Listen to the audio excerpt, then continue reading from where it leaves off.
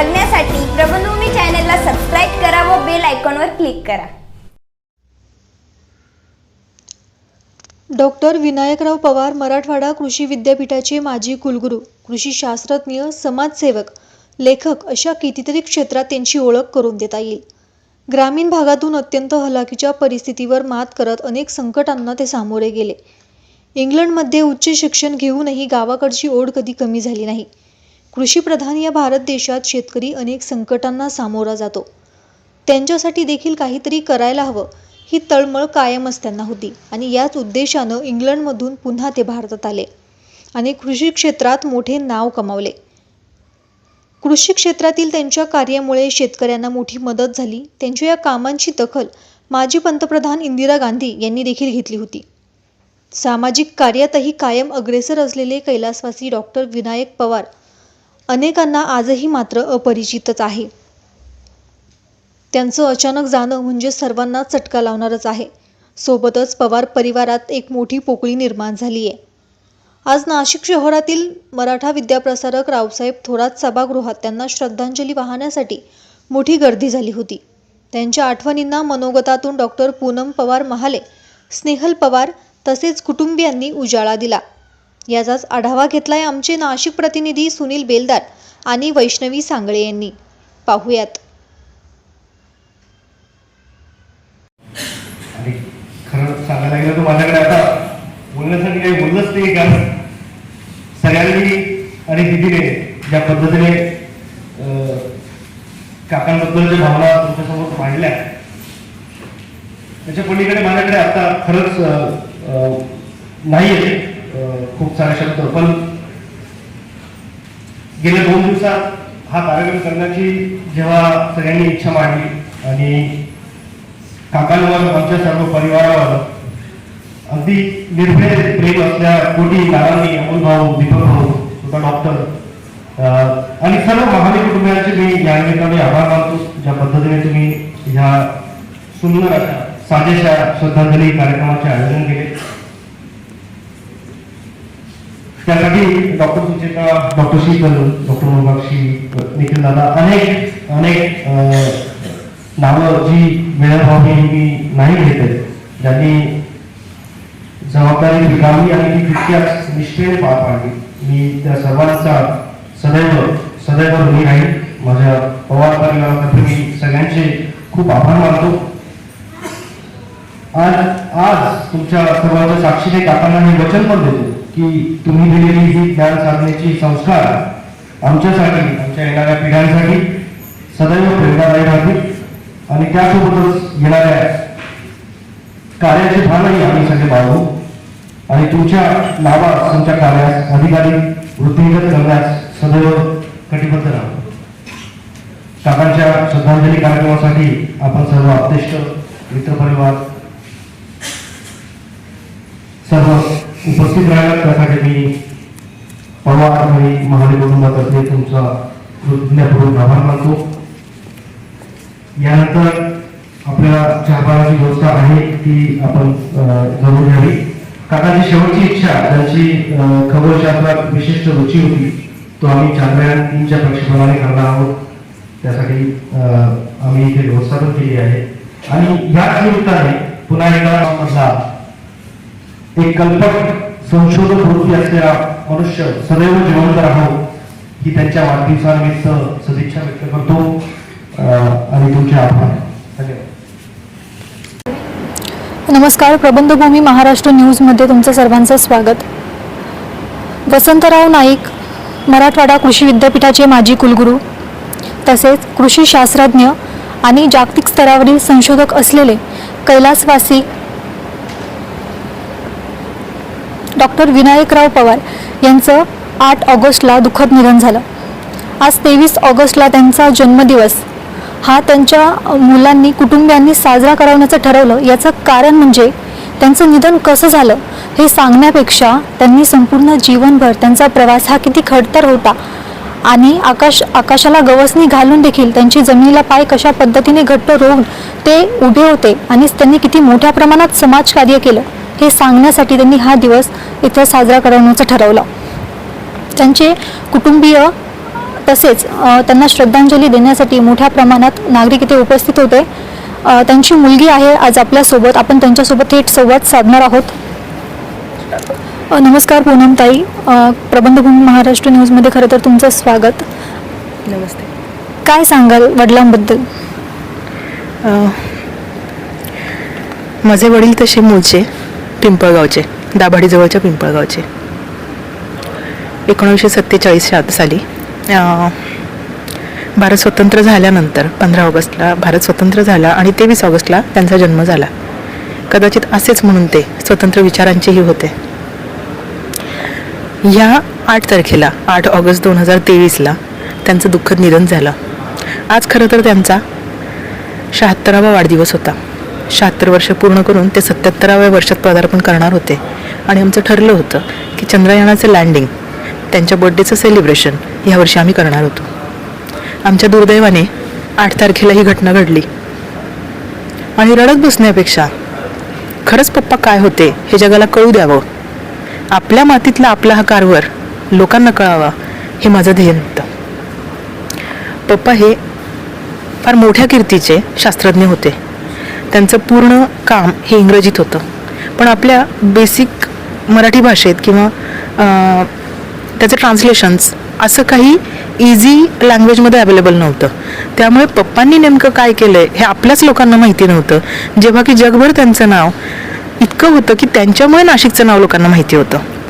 आपण तो कॅनव्हासच कधी बघितलेला नसतो आणि मग आपल्याला कळत नाही की आपला तारा कुठे चमकतोय. पप्पा फार कष्टाळू तसे आणि जिद्दीही. ते इंग्लंड पर्यंतचा प्रवास खरं तर खूप खडतर होता, अवघड होता आणि त्यानंतर इंदिरा गांधींच्या हस्ते देखील त्यांना पुरस्कार मिळालेला आहे. तर तो प्रवास त्यांचा काय, त्याबद्दल काय सांगाल? परिस्थिती अत्यंत हलाखीची. आठवडे बाजारात काम करणं, आठवडे बाजारात काम करायचे. माझे 2 नंबरचे काका विश्वासराव आणि पप्पा हे दोघं त्यातल्या त्यात मोठे असल्यामुळे थोडी जबाबदारी जास्त होती. हे दोघंही कष्टाची कामं करायचे. पण आई त्यांच्या ह्या मुख्याध्यापिका होत्या दाभाडीच्या शाळेत. मोठी बाई म्हणून आजही त्यांना बरेच लोक ओळखतात दाभाडीत. तर त्यांना मात्र शिक्षणाचं महत्त्व छान कळलं होतं आणि आजींनी या मुलांना खूप छान घडवलं. यामध्ये काय होतं की पप्पा स्वतः अत्यंत तल्लख बुद्धीचे होते. त्या बरोबरीने त्यांना चिकाटी पण होती आणि त्यांना ते काहीतरी करून दाखवायची जिद्द असायची. ज्यावेळी पिंपळगावमध्ये होते तिथे त्यांचं प्राथमिक शिक्षण झालं. तिथून पुढे त्यांच्या आईची बदली झोडग्याला झाली. काही वर्ष ते झोडग्याला राहिले. मालेगावमध्ये 11वी-12वी केलं आणि साधारण 68 साली ते पुण्याच्या विद्येचं माहेरघर म्हणतो आपण पुणे. आजही मुलं पुण्यात जात नाही नाशिकहून, पण ते त्या काळी पिंपळगावहून पुण्याला गेले आणि तिथे त्यांनी BSc ॲग्री फर्स्ट क्लास डिस्टिंक्शनमध्ये केलं. आता त्या काळी ही जी काही झेप होती ना, ही घेतल्यानंतरच बरेच लोक थांबून जायचे. पण त्यांचा जो काही ध्यास होता त्याच्या जोरावरती आणि चांगल्या मार्कांच्या जोरावरती ते थेट दिल्लीच्या इंडियन ॲग्रिकल्चर रिसर्च इन्स्टिट्यूट, ही इन्स्टिट्यूट म्हणजे भारतातली सगळ्यात प्रेस्टिजियस, म्हणजे ॲग्रिकल्चरचा ज्या वेळेला शेती रिलेटेड, कृषी रिलेटेड आपण बोलतो त्यावेळी ही सगळ्यात प्रेस्टिजियस अशी इन्स्टिट्यूट. आपल्यासारखं जिथे विचारही करणार नाही तिथे ते ऑलरेडी पोचलेले असायचे. तिथेच त्यांनी MSc आणि PhD केलं. PhDमध्ये त्यांचा सब्जेक्ट व्हायरॉलॉजी हा होता आणि त्यांचं जे त्या काळचं रिसर्च होता जो, तर त्या रिसर्चसाठी पूर्ण भारतातून जे यंग मुलांना सिलेक्ट करायचे, तर असं Indian national Congress, scientific national Congress होतं आणि तो सायन्समध्ये चांगलं काम करणाऱ्या, विविध ब्रांचेसमध्ये चांगलं काम करणाऱ्या 6 मुलांना ते निवडायचे. त्यात पप्पांचा 1977 साली त्यांना यंग सायंटिस्ट हे गोल्ड मेडल मिळालं. 50 पैसे रोजाने काम करणाऱ्या ह्या मुलाला 5,000 रुपये स्कॉलरशिप मिळाली आणि पुढे ती स्कॉलरशिप कंटिन्यू राहिली. इंदिरा गांधींच्या हस्ते भुवनेश्वरला 31 जानेवारी 1977ला त्यांना हा पुरस्कार देण्यात आला आणि त्यानंतर मात्र ते थांबलेच नाही, कारण हा पुरस्कार मिळवणारे अत्यंत कमी लोक महाराष्ट्रात होते. माझ्या अंदाजाने दुसरं कोणी नाही आहे. मला खूप इतकी शाश्वती नाही आहे, पण माझा अंदाज आहे, कारण मी कधी ऐकलं नाही आहे. नाशिकच्या भूमीतून हा जन्मलेला हा आपला कारभार आपल्या लोकांनी बघावा, त्यांनी त्याला जवळून बघितल्यानंतर आपल्या मुलांची इच्छा व्हावी की आपणही हे करू शकतो, ह्या उद्देशाने मी आज हे सगळं केलं. माझे वडील होते तो कॅनव्हास त्यांचा वेगळा होता, पण माझ्यासाठी माझे वडील माझ्यापुरते लिमिटेड न ठेवता प्रत्येक शाळेतल्या प्रत्येक मुलाला, प्रत्येक घरातल्या प्रत्येक मुलाला ते कळावे म्हणून मी आज हे सगळं केलं. हा आपल्या मातीतला आपला कारभार होता. खरं तर भारतामध्ये ब्रेन ड्रेन ही प्रक्रिया प्रचलित आहे. शिक्षण घ्यायचं बाहेर आणि नंतर पुढे तिकडेच परदेशात स्थायिक व्हायचं. पण मग डॉक्टर पवारांचं मात्र बाहेर शिक्षण घेऊन त्यांना जी ग्रामीण भागाची ओढ होती किंवा ग्रामीण भागातील नागरिकांसाठी काम करण्याची त्यांच्यासाठी धडपड जी होती ती खूप मोठी होती. त्यामुळे ते परत इथे भारतात आले. त्यांनी खूप कार्य केलेले. तर ग्रामीण भागाची तळमळ त्यांची होती, त्याबद्दल काय सांगाल? मुळात ना पप्पा खूप रूटेड होते. त्यांना त्यांची भावंडं, त्यांच्या आईशी प्रचंड प्रेम, आमची पूर्णच फॅमिली एकमेकांच्या बाबतीमध्ये तसं प्रेम. पप्पांचं काय झालं की ज्या वेळेला पप्पा ऑक्सफर्डला गेले त्यावेळी मी पण होते पप्पांबरोबर आणि आईही होती. माझ्या आईचं खूप मोठं कॉन्ट्रीब्युशन त्या बाबतीमध्ये, तिचं माहेर द्याण्याचं नागपूरजवळचं. पण ऑक्सफर्डमधून परतच यायला पाहिजे ही एक फिलिंग त्यांना आलेली होती. त्यांचा बायोडाटा मी रिसेंटली आता ह्या सर्च करत असताना बघितला तर त्यावर लिहिलेलं होतं, थिंक ग्लोबली ॲक्ट लोकली. आपल्या नॉलेजचा आपल्या लोकांना जोवर फायदा होणार नाही तोपर्यंत आपण शिकल्याचा उपयोग नाही, असं त्यांचं एक मत होतं. दुसरं असं की खूप अपॉर्च्युनिटीज त्यांना मनी ओरिएंटेड आल्या की ज्याच्याने ते फायनान्शियली खूप पुढे गेले असते, पण प्रत्येक वेळेला त्यांनी ते रिजेक्ट केलं कारण त्यांना रिसर्चमध्ये इंटरेस्ट होता. रिसर्च इन्स्टिट्यूटमध्ये फारसे पेमेंट्स नसायचे अनलेस अँड अंटिल तुम्ही खूप काहीतरी मोठं काम केलं आहे किंवा काय. पण ओव्हरऑल करिअरमध्ये 8.5 कोटीचा निधी आणणारा हा एकमेव शास्त्रज्ञ होता. 8.5 कोटी आपल्याला आज जे वाटतात ते त्या काळामध्ये तर फार मोठी अमाऊंट होती. नुसत्या भिंती ज्या होत्या त्या भिंतींचं कन्व्हर्जन लॅबॉरेटरीमध्ये करणारे हे शास्त्रज्ञ होते. मराठवाडा, बदनापूर हे अगदी मागासलेलं एरिया आजही आहे, त्या काळी अत्यंत मागासलेला होता. तरीसुद्धा ऑक्सफर्डहून डायरेक्टली ज्या वेळेला ते बदनापूरला आले त्यांच्या पूर्ण आयुष्यात मी एकहीदा त्यांना ऐकलं नाही की मी ऑक्सफर्ड सोडायला नको होतं. प्रत्येक वेळी असं काही झालं तर त्यांना असं असायचं की किती लवकर मी शेतकऱ्यांपर्यंत हे पोहोचवतो आणि ते ट्राय पण करायचे. आजही कालही त्यांचं व्हॉट्सअप ज्या वेळेला मी ओपन केलं ते बरेचसे शेतकऱ्यांच्या ग्रुपमध्ये होते. शेतकरी त्यात फोटोज टाकायचे, ते त्यांना आन्सर्स करायचे.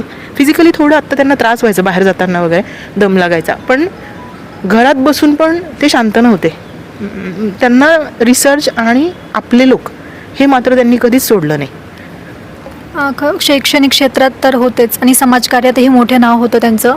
तर वडील आणि पूनम महाले, वडील आणि मुलीचं हे नातं कसं होतं? आम्ही ॲक्च्युली 3 भावंडं. माझी मोठी बहीण जास्वंदी, मधली मी आणि लहान भाऊ महेश.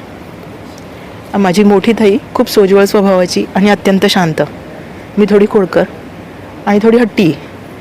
माझ्या या स्वभावामुळे मात्र तिला मोठं व्हावं लागायचं आणि कुठेतरी माझं आणि पप्पांचं बॉन्ड वेगळं असण्याची वेगवेगळी खूप कारणं होती. ते मे बी माझं मराठीतलं शिक्षण असेल कारण ताई इंग्रजी मीडियममध्ये होती आणि माझं संस्कृतचं आवड असेल. पप्पांना संस्कृत खूप छान यायचं, मला पप्पा संस्कृत शिकवायचे आणि मलाही आवडायचं.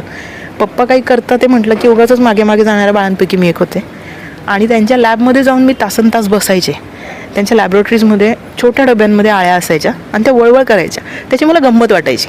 लोकांना जिथे त्याची किळस वाटते तिथे मला त्याची गंमत करायचे, खिशात टाकायचे. काडेपेटीच्या डबे आत्यांनी सांगितलं तसं ते नेहमी कॅरी करायचे. किळस हा प्रकार मलाही नव्हता आणि पप्पांनाही नव्हता. त्या व्यतिरिक्त काय व्हायचं की पप्पा ज्यावेळी अभ्यास करायचे किंवा त्यांचा काहीतरी स्टडी करायचे मी फक्त ऑब्झर्व करत बाजूबाजूने खेळायचे. आता हे खेळणं आपल्याला वाटतं की आपण खेळतोय पण आपण बरंचसं शिकत असतो. दुसरं की मराठी लिटरेचरची त्यांची जी आवड होती ते कुठेतरी ते मला देऊन गेले. हिंदी गाण्यांची आवड होती त्यांना, तेही ते मला देऊन गेले. आमच्या दोघांमधला संवाद हा बाप मुलीपेक्षाही कदाचित मित्रत्वाचा जास्त होता. त्यांना कधीच माझ्या कुवतीवर, माझ्या इंटेलिजन्सवर शंका नव्हती. दुसरं असं की हे आपण विचार करतो की हे माझे पप्पा आहेत किंवा हे, मी ज्यावेळी त्यांच्याकडे बघायचे ना मला ते एक सायंटिस्ट म्हणूनच जास्त दिसायचे. म्हणजे तो एक बालमनाचा एक वेगळा अँगल असेल माझा, पण मला ते असे वेगळेच दिसायचे काहीतरी. कारण माझ्या मैत्रिणींचे वडील कुणीतरी रात्री दारू पिलेले असायचे. ॲस्ट्रे सरकवणारे माझे पप्पा, त्यांना कधीही मी सिगरेट हातात धरलेलं बघितलं नाही. इतकंच काय, एवढ्या वर्षाच्या आयुष्यात मी 100च्या 5 नोटा एका वेळी पप्पांना मोजताना पाहिलं नाही. आता काय करायचं हे जसं त्यांनी सांगितलं मला, काय नाही करायचं हे तितक्याच चांगल्या पद्धतीने त्याने मला सांगितलं होतं. त्यामुळे कदाचित मी बायस्ड पण होते. मी माझ्या आईची कधी कळ घ्यायची नाही. माझी ताई, माझा भाऊ आणि माझी आई हे एका टीममध्ये, आणि माझी वहिनी तीही माझ्यासारखी अशी थोडीशी हळवी. पप्पा आणि मी ही आमची एक टीम होती. सगळं छानच आहे, पण पप्पा आर्टिस्ट आणि सायंटिस्ट होते, पण मम्मी कॉमर्स साईड सांभाळायची संसाराची. Because she was so strong, he could manage rest of the things. ते खूप सुंदर, म्हणजे अगदी टॅलेंटेड फोटोग्राफर होते. माझे लहानपणीचे फोटोज, म्हणजे मुली कुठेतरी एखाद्या यात्रेतला काळा फोटो शोधून आणायच्या शाळेत विचारल्यावर, माझ्याकडे कंप्लीट एक ॲल्बम असायचा, आणि मी तो घेऊन मुद्दामच खूप असं सगळ्यांना चिडवायची, अरे तुमचा नाही आहे, माझा आहे. कुठेतरी मला माझ्या पप्पांनी खूप जास्त चांगलं चाइल्डहूड दिलं होतं. And I was actually very lucky and fortunate. मुली बाहुल्या खेळतात, कुठेतरी त्या भातुकलीच्या खेळात रमतात. मला स्वतःलाच ते कधी आवडलं नाही, आणि त्यांनीही कधी मला त्याचं कंपल्शन केलं नाही. मुली आहात, स्वयंपाक करा, हे वाक्य आयुष्यभरात एकदाही त्यांच्याकडून आलं नाही. ते वेगळेच होते. खरं तर या कार्यक्रमाप्रसंगी एक पुस्तक वितरित करण्यात आलं आहे. हे पुस्तक तुम्ही प्रेक्षकांना दाखवा. एक होता कारवर म्हणून एक आहे, तर आम्हाला हे कारवर म्हणजे कोण हे तुम्ही सांगाल. आणि हे पुस्तक खरं तर प्रत्येकाने वाचायलाच हवं, कारण डॉक्टर विनायकराव पवार यांचा जीवन प्रवास खूप खडतर आणि प्रेरणादायी असाच आहे. एक होता कारवर हे वीणा गावतं पप्पांनीच मला दिलं होतं. फार पूर्वी कधीतरी जेव्हा मी ते वाचलं, मला असं वाटायचं की मी पप्पांनाच वाचते आहे.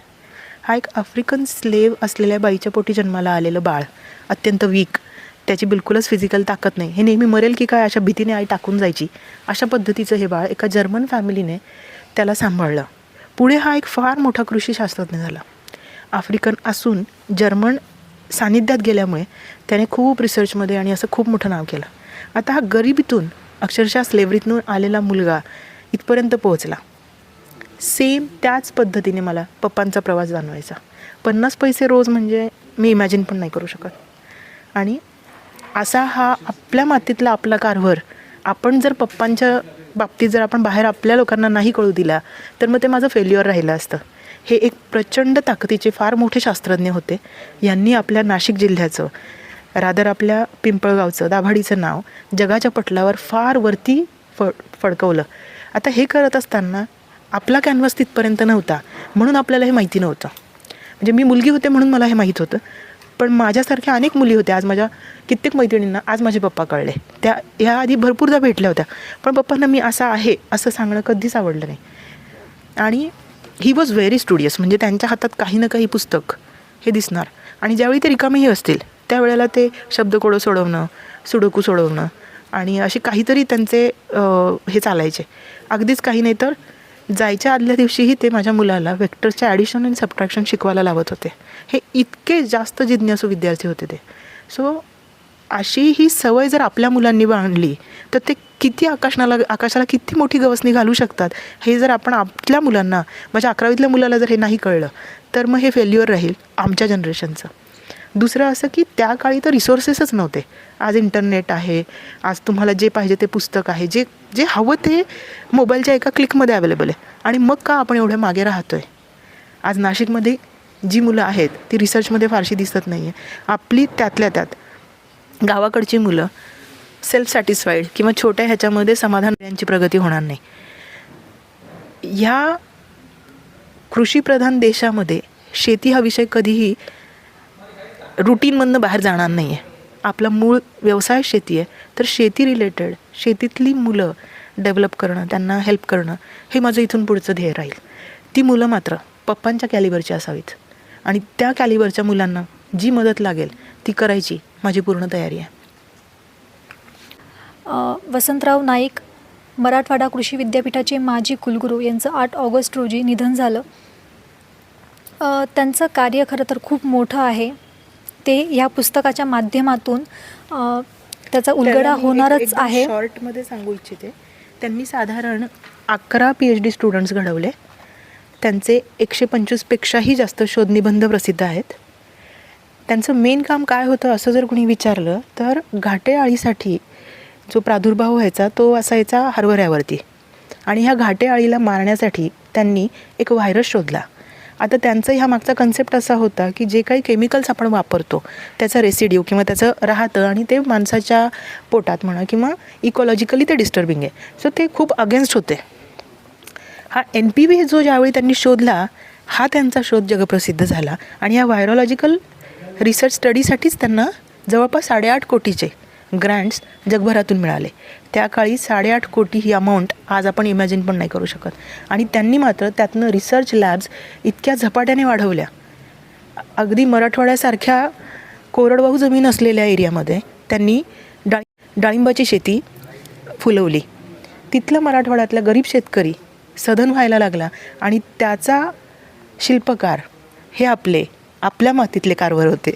आणि त्यांचा कामाचा पूर्ण जो व्याप होता किंवा जे त्यांनी केलं आहे ते इतकं जास्त आहे की ते 1 दिवसात 2 दिवसात माझ्याकडून काय कुणाकडूनही ते कंप्लीट होणं पॉसिबल नाही.